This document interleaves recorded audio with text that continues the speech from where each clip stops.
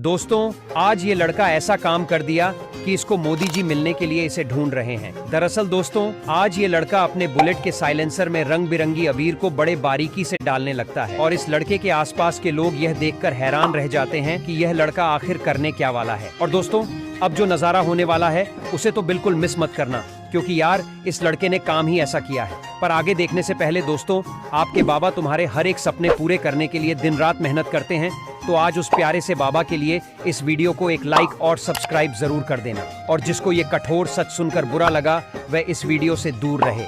साथ अपने प्यारे बाबा के लिए ये वाला इमोजी जरूर सेंड कर देना। और यार आखिरी में जब इस लड़के ने अपनी बुलेट को स्टार्ट किया तो कितना सुंदर साइलेंसर से रंग बिरंगी अबीर बाहर निकलते हुए दिखते हैं।